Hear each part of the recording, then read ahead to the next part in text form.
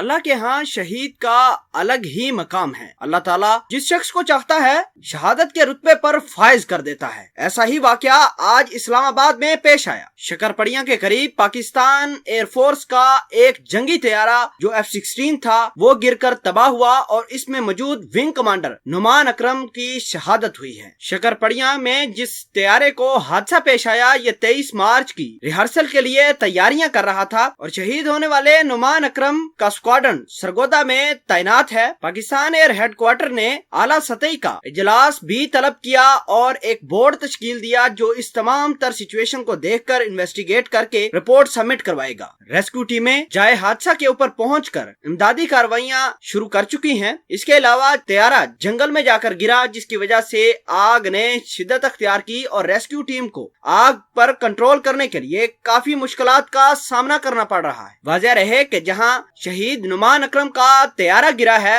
وہیں قریب میں ہی پاکستان سپورٹ بورڈ امپلائی کی کالونی موجود تھی، بالکل اس کے پاس میں ہی طیارہ گر کر تباہ ہوا ہے۔ سوشل میڈیا پر نعمان اکرم کا آخری انٹرویو بہت وائرل ہے، لوگ بہت پسند کر رہے ہیں اور ہر شخص کی نعمان اکرم کی جرأت جذبہ دیکھ کر آنکھیں اشبار ہے۔ آخری انٹرویو میں نعمان اکرم کا یہ کہنا تھا کہ جب بھی ملک و قوم کو ان کی ضرورت پڑے گی وہ اپنی جان سے دریغ بھی نہیں کریں گے۔ 2018 میں شہید نعمان اکرم نے شیر افغان ٹرافی بھی جیتی تھی جس کو ٹرافی ایئر چیف مارشل مجاہد انور خان نے خود اپنے ہاتھوں سے دی تھی۔ آپ کو بتا دیں کہ نعمان اکرم کے پاس بہت زیادہ وقت تھا، وہ اپنے طیارے کو ایجیکٹ کر دیتے، لیکن اگر ایجیکٹ کرتے تو آپ کو بتا دیں کہ اسلام آباد کی مشہور عمارات کو نقصان ہوتا، جانی نقصان ہوتا، سرینا ہوٹل، سیکٹریٹ اور بڑی بڑی عمارتوں کو نقصان ہو سکتا تھا۔ لیکن نعمان اکرم نے اپنی جرأت اور حوصلے کا مظاہرہ کرتے ہوئے اپنے جہاز کو آبادی سے دور لے گئے اور شکرپڑیاں کے جنگل میں ان کو نیچے زمین بوس ہوا